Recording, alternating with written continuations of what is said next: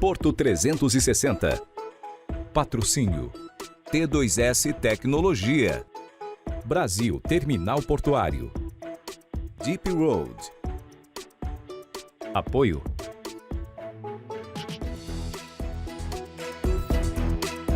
Apoio institucional.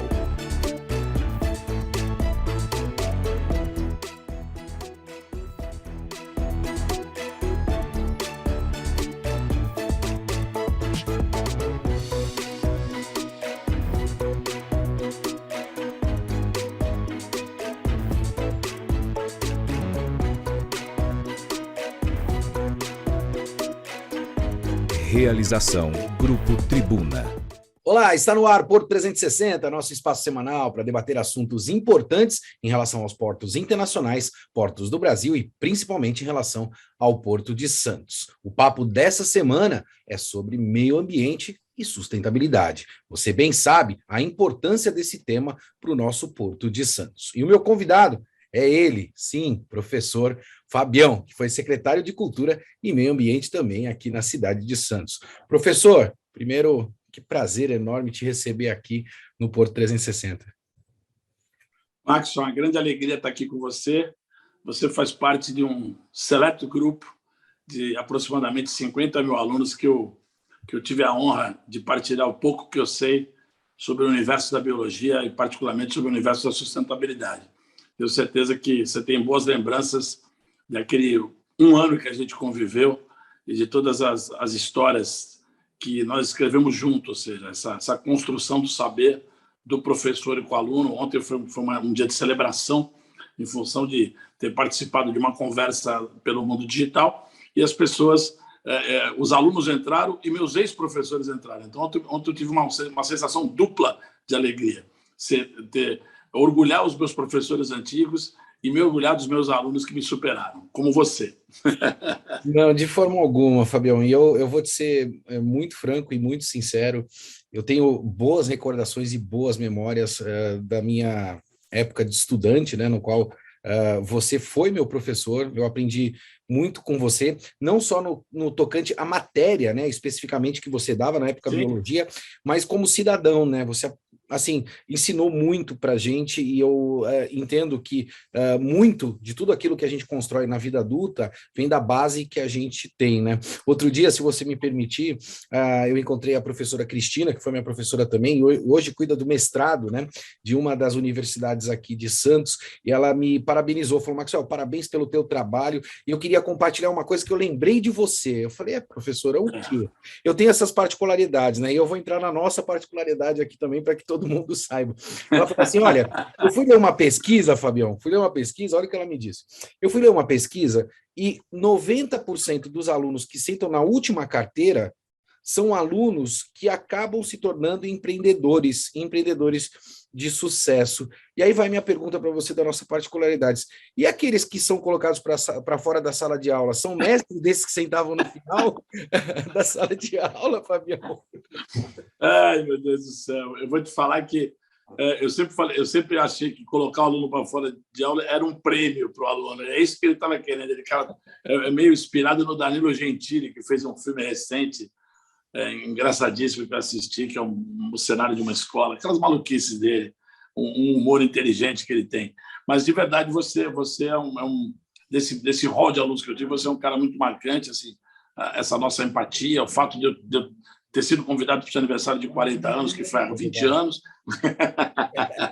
e a gente estabeleceu o que eu gosto de chamar, até que é pauta da nossa reunião de hoje, da nossa atividade de hoje, são as conexões sustentáveis. Acho que a palavra sustentável, algo pode ser sustentável e muito leve ou precisar, às vezes, de uma coluna, um pilar de concreto de muito grosso, ou seja, depende do que você vai construir.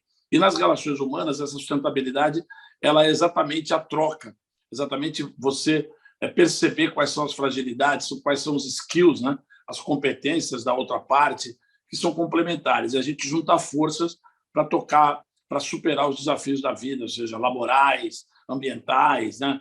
E a gente sempre está se apoiando, trocando ideias, se permitindo, como é que fala, debater temas candentes para que o mundo de verdade seja melhor do do que a gente viveu no passado, nossos ancestrais, e que os nossos filhos, nossos descendentes tenham assim, orgulho da mesma forma que eu tenho uma delícia falar dos meus pais, dos meus avós, que os nossos filhos tenham essa sensação. Fala, poxa, meu pai é um biólogo, é um cara irreverente, ele tem umas ideias tão arrojadas que é um incompreendido, ou seja, meus filhos hoje estão com 32 anos e 28, então eles já estão constituindo família, já estão tocando a vida deles, e essa nossa participação, cada aluno vira um pouco esse entre aspas, sucessor das nossas maluquices e ideias inovadoras, né?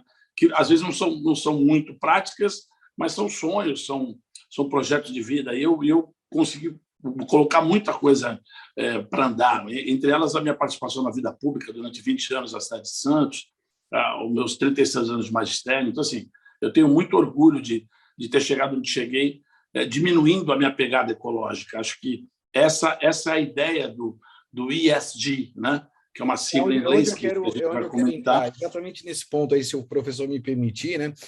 Só para fazer um pequeno recorte, você falou dos 40 anos e eu participei da homenagem dos 40 anos, né, para 5 alunos que o Colégio Objetivo fez, e um deles era eu, que estava na revista do Colégio Objetivo. Isso me orgulha muito, né? Não só você, o professor Lúcio, o Igor, então aqui eu estou revivendo essa conexão que a gente faz, né? E eu falo que o network é muito importante. Professor, entrando no universo portuário, né? A gente começa a ouvir muito a falar de ESG, né? O ESG, o ESG, que são condições ou pilares que estão associados diretamente ao processo de investimento, né? Olha que coisa, né? Olha onde a gente está chegando nessa relação de sustentabilidade, meio ambiente e vida social. Para a nossa audiência, professor, o que é o ESG? O ESG é uma trilogia, né, para as pessoas. O E é de environmental, que é meio ambiente, né, e particularmente a sustentabilidade. O S é de social, e o G é de governance, que são os compliance, que são todas as políticas que uma empresa tem na sua coluna vertebral institucional. Tá? Então, por que o nome em inglês não é uma frescura ESG? Porque nós estamos falando da indústria portuária, ou seja, a língua corrente no mundo inteiro, a língua mais usual, inclusive no mundo da ciência, né, no mundo acadêmico, é o inglês. Então, ficou ESG. Invariavelmente, todas as empresas já têm algum tipo de protocolo firmado por terem ações na bolsa, que tem o ISE, que é o Índice de Sustentabilidade Empresarial, que são as bolsas de valores, as empresas que têm capital aberto, que fizeram IPO. Então, você tem várias ferramentas que funcionam desde as certificações ISO, desde os protocolos, né? O GRI, o Global Report Initiative.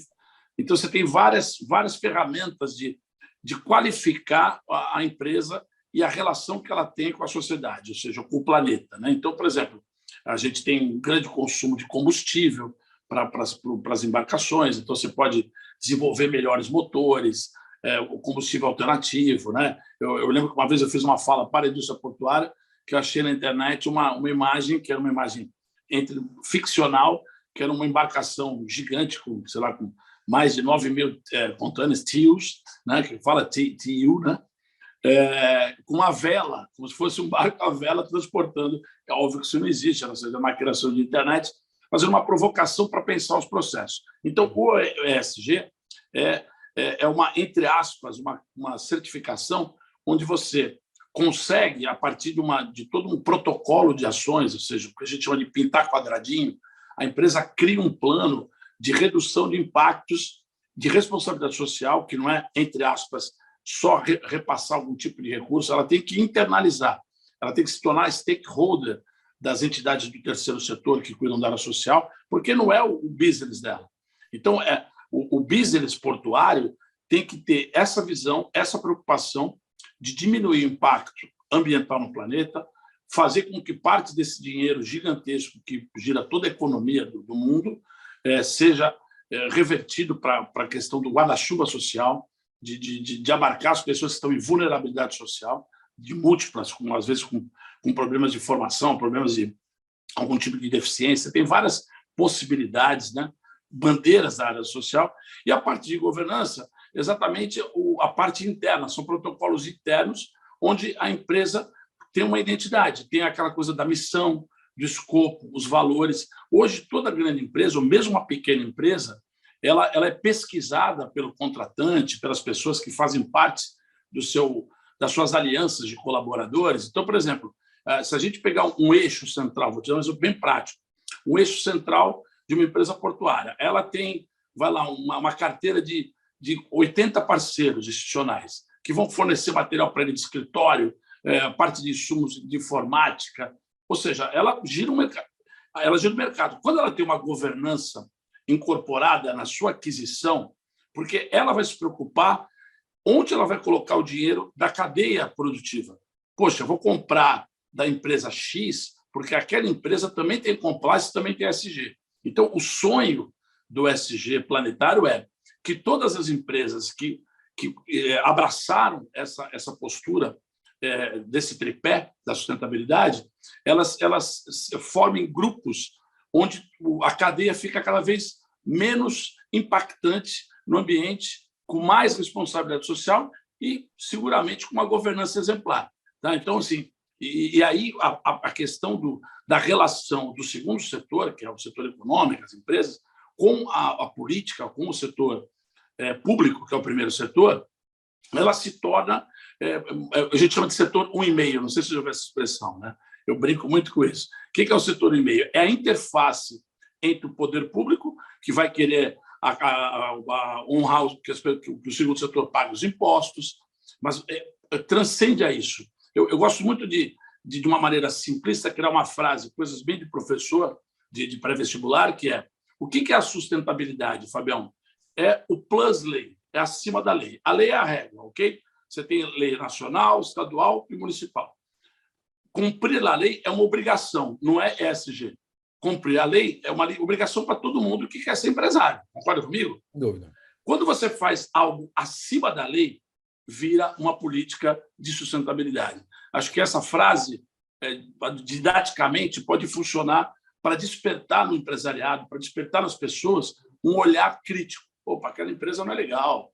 Aquela empresa passou uma van transportando os funcionários da empresa com uma nuvem de diesel atrás. Ou seja, a empresa tem uma van com o logo dela estampado na porta, que ela transporta os seus funcionários, só que ela está aqui, uma van, como é que fala? Não sustentável, ou seja, está soltando fumaça.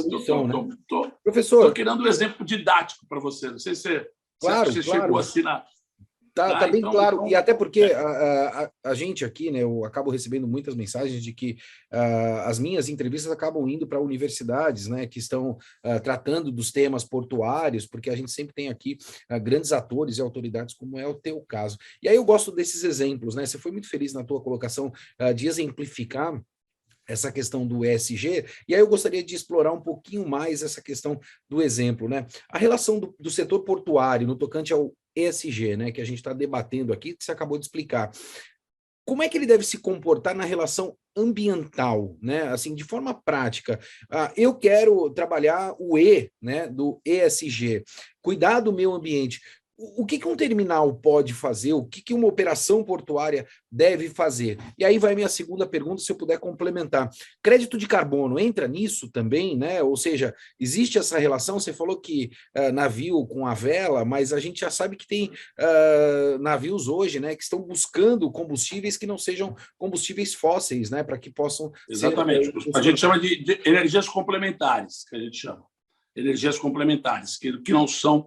que são renováveis ou, né, menos impactantes, né? Isso são as energias complementares. Não, legal que você tocou nisso, porque, na verdade, assim, o crédito de carbono tem todo um protocolo específico, até bem antigo, né? Algumas pessoas criticaram, eu gosto muito, ou seja, porque você tem, principalmente, que é a manutenção da floresta em pé, que é um critério, assim, de uma maneira bem simplista, a empresa financiar essa cadeia de replantio, de recuperação de florestas, de biomas, né? Não só.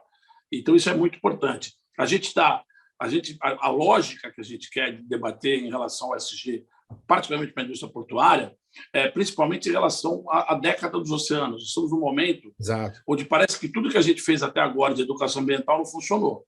Porque quando a gente vai a uma praia com a nossa família, você vai encontrar saquinho de ketchup, plastiquinho como é que fala? Palito de dente, bituca de cigarro, latinha. Ou seja, as pessoas estão vivendo seu momento de lazer familiar, mas elas estão deixando um passivo que é ativo, não passivo ativo ambiental. Como é que pode? Um cara que vai com a família, ele não tem a preocupação. O meu pai, imagina, eu sou de 66, meu pai, em 1970, eu tinha 4 anos, ele já recolhia os resíduos e levava para casa. Então, seja, isso tem uma interconexão entre o E e o S, né? Porque é social e ambiental também, né? Exatamente, você está entendendo. Estou dando outro exemplo comezinho, porque como é que a empresa ela pode fazer isso? Ela pode, por exemplo, ter uma agenda aquela história. Você precisa ter um copo descartável no teu escritório? Claro, vem uma visita que às vezes não gosta nem de tomar água num copo de vidro. Você tem um protocolo de atendimento. Tá? Então, tudo que você comprou, eu vou usar uma palavra que poucas pessoas conhecem, mas assim, é preciclar. Você já ouviu essa palavra? Não, ainda não ouvi. O que é preciclar? Depois você digita lá, é uma palavra pouco conhecida, mas eu gosto, que é tudo que eu vou comprar pela minha empresa e pessoalmente, eu fico pensando, poxa, primeira coisa, será que eu preciso disso de verdade? Esse bem é durável? Essa empresa que eu vou comprar é uma empresa cidadã, é uma empresa consciente, é uma empresa que tem ESG, é uma empresa que não como é que fala? Não tem desconformidades sociais, né? Como, por exemplo, às vezes tem gente que já aconteceram denúncias de empresas de confecção que usavam uma mão de obra similar a uma escravidão, ou seja, para ter preço mais baixo. Isso não é cabível no mundo atual, principalmente no mundo corporativo internacional. Você já ouviu isso? Então, assim, o pré-ciclar é você pensar antes de comprar. Tudo que você vai comprar tem uma obsolescência programada. Eu adoro essa palavra. Tá? O que é a obsolescência programada? É o tempo de vida daquele bem. Então, do ponto de vista prático de uma empresa que quer começar um trabalho, o sonho é com a política ESG, que ela vai contratar uma empresa, contratar um profissional, que vai estudar a dinâmica, estudar como os bens, como a energia está girando na empresa. E normalmente, o que mais surpreende é que algumas pessoas associam, alguns empresários, não da indústria portuária, de uma maneira genérica, associam. Quando você fala de sustentabilidade, ele fala, vou ter que gastar dinheiro para cumprir protocolo, sabe assim? Isso é uma visão muito ruim e não condizente com o mundo que a gente vive. A ideia da sustentabilidade professor, é você ter uma economicidade. Dessa relação. E aí, se o senhor me permite, eu queria fazer um recorte em cima disso, porque é um ponto que toda vez quando a gente fala de meio ambiente, até propriamente Exatamente. Dentro do setor portuário, as pessoas avaliam isso realmente como custo ou modismo. Vai ser caro, né? vai ser caro. Ou até propriamente o modismo. Na tua percepção, para quem é do mercado portuário, está aqui, né, assistindo esse nosso bate-papo, a gente pode dizer que essa questão do ESG ela é tão séria que eles devem se preparar para um mercado que vai consumir empresas que sejam exclusivamente responsáveis, ou seja, dentro dessa cadeia de consumo portuário, que a gente está falando de um terminal que tem ali 300 fornecedores, 400 fornecedores, esse terminal que está no topo da cadeia de consumo, nessa relação, óbvio, né, ele vai começar a exigir, num espaço curto de tempo, essa responsabilidade focada no ESG? Não, eu gostei da tua fala porque é o seguinte, como é algo, não é novo, porque as políticas e protocolos da área de sustentabilidade já são internalizadas no mundo empresarial, primeira coisa. O nome ESG é, de certa maneira, uma novidade, porque de tempos em tempos o Fórum de Davos, o G20, o G7, ou seja, existe toda uma demanda. Hoje a gente está debatendo muito o pagamento de serviços ambientais, inclusive para pescadores, que não é só na questão do defesa, ou seja, que tem pescadores que, quando passam as suas redes, acabam retirando o resíduo de fundo. Então, assim, as escolhas em que área a empresa específica da aeroportuária pode se dedicar, e essa divisão passa por uma gestão coletiva, porque você não tem uma regra específica para trabalhar só com uma formatação. Vamos fazer o que é mais simples. Não, tem que fazer algo que seja impactante, significante do ponto de vista dessa transformação que o ESG sonha em ter, e eu acho totalmente possível. Eu acho é algo totalmente essencial essa internalização dessa política de sustentabilidade nas empresas. É um grande diferencial do ponto de vista competitivo, né? Então, mas não é uma competição de quem faz mais. Eu falo, poxa, fulano de tal, você que é CEO da empresa tal, como é que você está? Pô, estou trabalhando nessa frente. Eu consultei um cara que me chamou a atenção, que hoje 60% do pescado consumido pela população do mundo, estou te dando um dado para você entender, 60% do que a gente come de peixe no mundo inteiro, adivinha, vem da aquacultura. Então, você fala, poxa, a empresa, era legal a gente ter um investimento nesse setor produtivo, né, na sustentabilidade da agricultura, porque tem a ver com diminuição da explotação, da superexplotação do pescado. Ou seja, a gente vai reduzir como é que fala? As coleções de espécies, ou seja, a biomassa de peixe hoje do oceano, ela sofreu muito impacto da indústria pesqueira.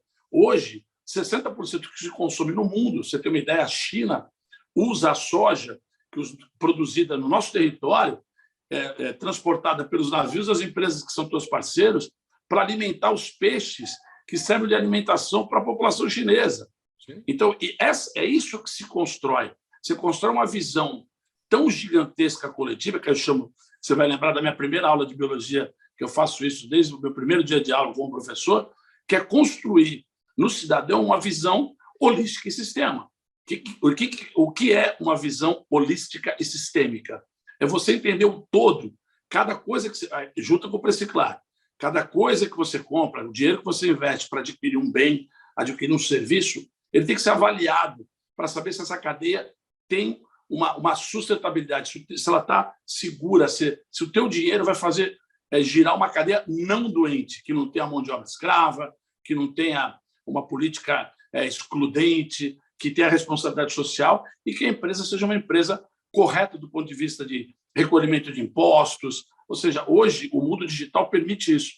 Você pesquisar com quem você vai se envolver, com quem você vai colocar, transformar como parceiro nesses anéis de stakeholder. Então, eu dei o exemplo daquele da Van, que é um anel. Ou seja, uma empresa, a Van é contratada, sem dúvida. O preço provavelmente era bom, só que mandaram uma foto para você da fumaça. Você falou, amigo, aí eu falei, pelo amor de Deus, vamos ligar para o cara da Van, que ele tem que mandar arrumar o motor lá. Ou seja, então, esse é o exemplo muito prático e didático para a gente dialogar com a indústria portuária. Óbvio que é exponencial as interfaces ambientais, sociais e de governança da indústria portuária. Nós estamos falando do mundo inteiro. A Interlândia do Porto de Santos, que é um termo que eu aprendi com os meus muitos amigos presidentes da antiga Codesp e hoje SPA, como o Casimiro Tess, que é um querido amigo.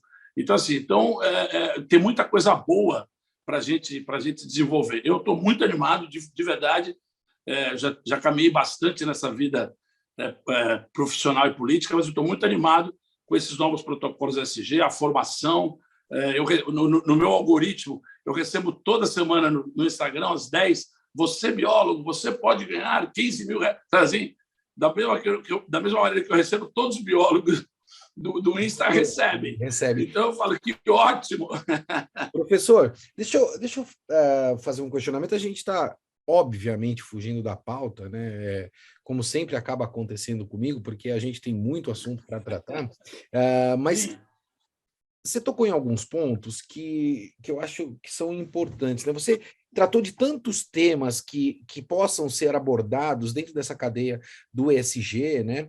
Que não é pura e simplesmente uma empresa apoiar uma maratona, uma prova de ciclismo, que está muito mais associado ao marketing, né, de marca do que necessariamente a essa política social, ambiental e de governança. Faz sentido essa minha colocação? É realmente uma mudança de mindset, ou seja, a gente está mudando a forma de pensar em relação à proteção do meio ambiente, as questões sociais e as questões que são, evidentemente, muito importantes para a governança das empresas. Esse é o pulo do gato? Cara, olha, seguramente sim, Marcos. Eu vou te falar que sim, sabe por quê? Porque eu me lembro, para você ter uma ideia, eu sou um cara que adoro o surf, né? Nunca fui bom surfista porque Eu olhava de um lado, tinha o Picuruta, tinha os caras que surfavam muito mais do que eu. Eu falei, o surf não é minha praia. Eu falei, vou fazer outra coisa. E eu estou falando isso porque os primeiros tatuados da sociedade eram os trabalhadores da indústria portuária. Tá? Dizem que o primeiro tatuador do Brasil foi o Luke Tatu. Acho que é uma pauta legal para você um dia fazer um programa sobre isso. Hoje, a tatuagem é uma body art. Ou seja, desde quando o Luke Tatu veio ali para a região da General Câmara, ali, onde ele tinha o estúdio, né? Tatuando a indústria portuária, tatuando a galera do surf. Ou seja, é uma contracultura, né? Vem de carona lá todas as duas maiores ONGs do planeta na área ambiental, o Greenpeace e o Sea Shepherd, elas nasceram na esteira da contracultura do Festival de Woodstock. Então, eu estou fazendo um gancho com a cultura, porque a cultura da sustentabilidade ela tem essa visão de as pessoas acharem que ela é mais custosa, mas ela, na verdade, é uma mudança de mindset, como você falou. Eu gostei muito dessa internacionalização da nossa conversa, ou seja, porque nós estamos falando do mundo inteiro. Nós estamos falando de um navio que passa, sei lá, por quantos portos num roteiro de circuito dele de transporte. Você conhece isso. Então, assim, dialogar, né? Entender como é que essa conexão do maior porto da América Latina, que é o Porto de Santos, e esse vanguardismo que a cidade sempre teve. Santos é uma cidade de vanguarda pela sua essência, e a relação com o porto é essencial para essa vanguarda. Imagina, os primeiros toca-fitas de rolo que permitiram que as discotecas fossem criadas final dos anos 60, 70. Chegaram por onde? O Júlio Mazei. Então, assim, eu estou viajando com você porque o universo da sustentabilidade é esse. Você entender a história recente, se nós estamos falando de 50, 60 anos, e essa transformação da sociedade hoje, onde as empresas estão contratando funcionários que prestam serviço no território de Santos, mas elas estão na Índia, estão na Bolívia, ou seja, existe uma carteira, existe uma possibilidade de trabalhadores conectados no mundo digital que extrapola tudo que se imaginou. Por isso que a novidade do ESG, você estabelecer, rastrear a palavra é essa mesmo, rastrear, é um rastreamento de como é que o dinheiro do business portuário está fomentando a cadeia, para onde ele está indo, que são os anéis de stakeholder, eu repito. Eu gosto muito dessa palavra, né? Ela não tem uma tradução fidedigna para a língua portuguesa, mas são exatamente esses anéis, ou seja, como é que o dinheiro do business está fazendo a transformação do planeta baseado no tripé da sustentabilidade. Fabião, a gente está chegando ao final do nosso programa, a gente não passou da segunda pergunta da pauta, né? E eu, francamente falando, quando eu agendei a entrevista com você imagina, né? Um aluno entrevistar um professor. Cara, me preparei, eu fui lá ali, estudei. Eu falei, poxa, eu não posso fazer feio com o Fabião, né? Preparei uma pauta. A gente não saiu da segunda pergunta porque eu sabia que ia ser uma aula. E aí, se você me permitir, eu queria tocar num ponto que é um ponto muito sensível daquilo que a gente está falando, dessa relação do porto com a cidade. E eu percebo que, principalmente no Brasil, né, no nosso país, a gente tem um problema muito grande com a continuidade dos projetos. A gente tem boas ideias e a gente tem bons projetos, mas dependendo da política pública, esses projetos acabam não tendo continuidade. A gente está passando por um momento agora da desestatização do Porto de Santos, né, da autoridade portuária do Porto de Santos. E hoje já existem projetos focados na relação de meio ambiente. E a gente está fazendo uma série de concessões para iniciativa privada também. Professor, a gente está olhando nessas novas concessões que estão sendo feitas pelo governo federal para essa questão do meio ambiente também, ou seja, isso é pauta contratual e assim sucessivamente para contratar a iniciativa privada e conceber essa concessão. E também, a partir do momento que a gente vai privatizar a autoridade portuária, como é que a gente garante que aqueles projetos que hoje estão em andamento relacionados ao meio ambiente, eles vão ser continuados, né, por esta nova empresa que está chegando? Eu não sei se eu me fiz entender na minha preocupação, mas a gente não consegue dar continuidade, né? Então, acho que esse é um ponto muito sensível. Como é que o professor Fabião está analisando essas duas questões? Não, você sabe que eu tenho a minha formação é uma formação de responsabilidade do Estado, ou seja, eu sou um cara, as pessoas reducionistas me chamam, ele é um socialista, ou seja, já bloqueia, né? Já coloca o carimbo vermelho na testa da pessoa. Mas eu tenho uma percepção, eu sou um socialista bobista, o Bobbio é um pensador, um senador italiano, que fala muito sobre a função do Estado. Por que a gente tem que trabalhar tanto e acumular recursos para o final, para os últimos anos da nossa vida? Porque, infelizmente, o Estado não consegue suprir as nossas demandas de saúde, de nos acolher. Ou seja, então, a gente, às vezes, tem gente que vive para se aposentar. Quando eu me aposentar, eu vou viver. Não, eu não sou assim. Eu vivo intensamente. Um dia eu vou me aposentar, mas eu quero até... Você também. Né? O meu filho também, que está com 32 anos, eu falo, quer aposentar? Não existe mais. Então, a concepção, o mundo tem constante transformação. Especificamente, né, nesse quesito, eu acredito muito que a função do terceiro setor ela não é, entre aspas, só parcerizar com o segundo setor para suprir o que o primeiro setor não fez. Não sei se você entendeu o que eu falei. Claro, tá? seguro. Que eu repita. Ou seja, o terceiro setor, que são as ONGs, OCIPs, OS, todas as entidades que precisam ter uma bandeira de luta, normalmente social, ambiental e na parte, inclusive, hoje de gestão de capital humano, né? É uma coisa que eu adoro falar isso. Né? Nós estamos falando de capital humano. Quem são as pessoas que vão estar trabalhando nesse novo formato desestatizado? Ou seja, porque essa transformação é uma transformação que vem atender uma necessidade mundial. Ou seja, não vou entrar no mérito, porque eu não sou especialista nessa área.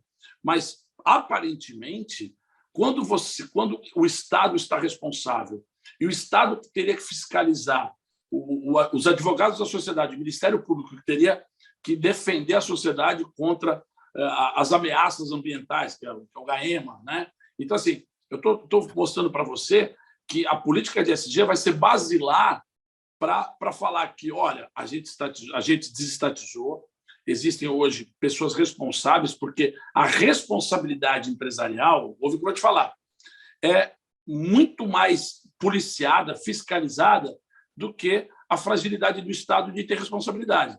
Não sei se você concorda comigo nesse ponto. Concordo. Talvez algumas pessoas falem, não é verdade, tal. São as pessoas porque eu entendo a responsabilidade do Estado em várias frentes, principalmente na social.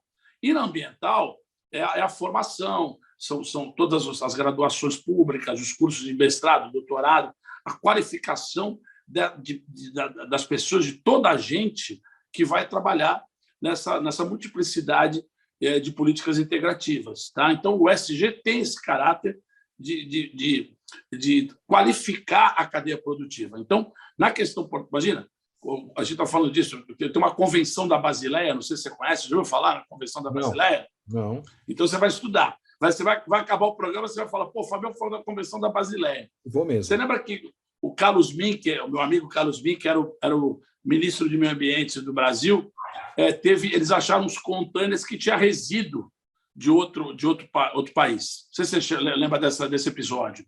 E continua acontecendo. A gente ainda importa lixo de muitos países, tá, professor? Não, calma. Vamos lá. Se você comprar um resíduo que tem passividade de beneficiamento aqui no Brasil, isso é possível. Agora, tinha gente que travestia, vamos falar assim, vestia o seu contêiner como uma venda de algum produto para beneficiamento e mandava lixo para o Brasil. Exato. Foi essa denúncia que foi feita, adivinha por quem? Pelos profissionais da indústria portuária, pelo cara que está ali no campo, que é o fiscal, que é o cara do pátio, o operador.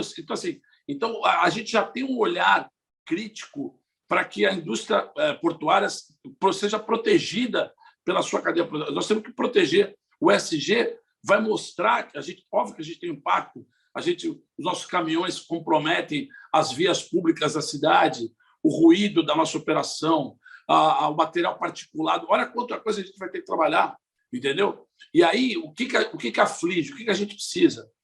Para mim, a gente precisava de um comitê do estuarino para debater, chamar todos os técnicos, os professores de universidade, o terceiro setor da área ambiental, para falar como é que está a saúde ambiental do nosso estuário. Ou seja, o meio que a gente navega, a água, o sedimento, as encostas, os manguezais, como é que a gente está dialogando?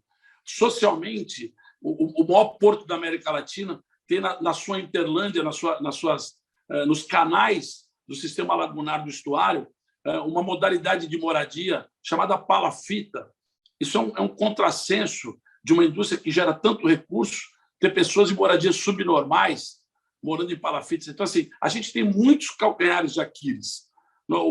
A indústria portuária é uma centopeia de calcanhares de Aquiles. Então, as políticas SG, o olhar crítico e o enfrentamento desses problemas que são intimamente ligados, não são diretamente ligados, eles vão ser avaliados. Poxa, até aqui a gente consegue ir, porque os CEOs das empresas eles são gestores desses processos, desses protocolos de sustentabilidade. Então, até aqui a gente pode mexer, claro, vamos contribuir. Tem uma empresa, tem uma ONG que apresentou um projeto que a gente acha válido e vai combater essa fragilidade. É bom para o cidadão brasileiro, para o cidadão da Baixada, para a gente ter um porto responsável socialmente, socioambientalmente? Sim. Então vamos para cima. Então, assim, eu estou falando para vocês que é uma coisa importante de ser debatida do ponto de vista ou essa escuta, né, de como quem está assoprando, quem está fazendo os embargos auriculares dos gestores das empresas portuárias, porque são eles que vão fazer as escolhas de que caminho, porque a empresa vai ter essa opção de que caminho ela vai tomar. Cada uma, né, não vai fazer todo mundo projeto igual, não vai ser uma receita de bolo, todo mundo cumpre o ESG. Então, essa complementariedade, ou seja, cada um abraçar um quinhão, a empresa tal está fazendo aquilo, que legal, vamos trabalhar nessa outra ideia aqui, que fizeram parecido isso num porto lá do Peru, estou inventando. Tá? Então, assim, eu gosto muito desse momento que a gente está, do ESG, e aí é concomitante com a desestatização. Eu espero que a gente não, depois da desestatização, a gente não tenha que pedir uma estatização. Desculpa, não aguentei não falar isso, né? É verdade. Professor, infelizmente a gente chegou ao final do nosso programa. Ficou faltando 12 perguntas para eu te fazer, tá? Então, já fica o convite aqui para que a gente volte em outra oportunidade e a gente continue tratando desse tema que, no meu entendimento, é muito importante, não só para a cidade, não só para o Porto de Santos, mas para o nosso país também. Quero te confessar que estou muito feliz de ter tido essa oportunidade de bater esse papo com você. Para mim é uma honra sem precedentes estar aqui com você hoje. Muito obrigado. Não, e a gente está aqui na véspera do mês do meio ambiente, dia 5 de junho, é um dia histórico, é um dia cheio de eventos aqui, de eventos online, palestras e tal, porque é o mês do meio ambiente. Então, assim, a indústria portuária abraçando e tendo essa responsabilidade que a gente comentou, eu acho que vai ser uma transposição de uma visão diferente. As pessoas vão passar ali na perimetral, vão olhar os caminhões e vão dizer, puxa, que legal, isso aqui é grana, é trabalho, né? Tem problemas? Sim, tem problemas, porque ela tem tudo gera impacto, tá? Tudo gera impacto. Você, para quem gosta de comer carne, eu não tenho comido carne há muito tempo, eu estou só comendo peixinho, normalmente da aquicultura, tá? Tudo tem impacto. Então, minimizar os impactos, acho que é uma postura individual que vai gerar uma força tão gigante no planeta que a gente tem vários casos de pessoas que internalizaram isso, pessoas que são transformadoras, já plantaram mais de 20 mil árvores, bosquearam regiões, gente que dedica. Se eu começar a falar aqui de exemplos que eu tenho, regionais e nacionais, dessas minhas andanças que eu conheci, que são pessoas inspiradoras, esses cases também podem ser usados pelas empresas para sensibilizarem todas as pessoas que estão envolvidas com elas, aí, os seus colaboradores, tá bom? Maxwell, conte sempre comigo, o seu convite, seu chamado é uma ordem, eu sou muito feliz aqui de dialogar com essa indústria portuária, que eu tenho um carinho gigante, tenho muitos amigos, mandar um beijo para minha amiga Fernandinha Pires, que é da assessoria de comunicação e da SPA, que é uma querida amiga. Pode mandar beijo ou não cabe no programa? O senhor é que manda, aqui quem manda é o senhor, eu sou um mero apresentador. Um beijo, querido. Parabéns aí pela tua luta e por essa dedicação, dessa energia que você coloca nesse seu trabalho, irmão. Tá bom?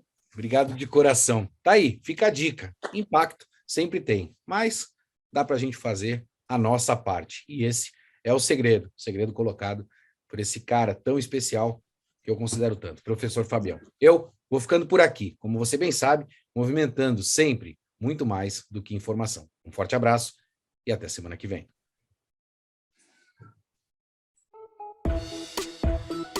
Porto 360. Patrocínio T2S Tecnologia. Brasil Terminal Portuário. Deep Road. Apoio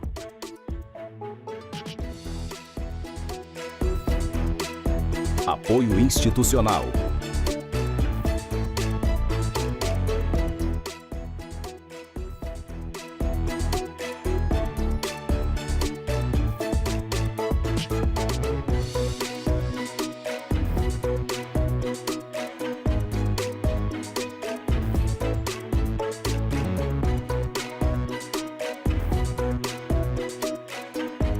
Realização Grupo Tribuna.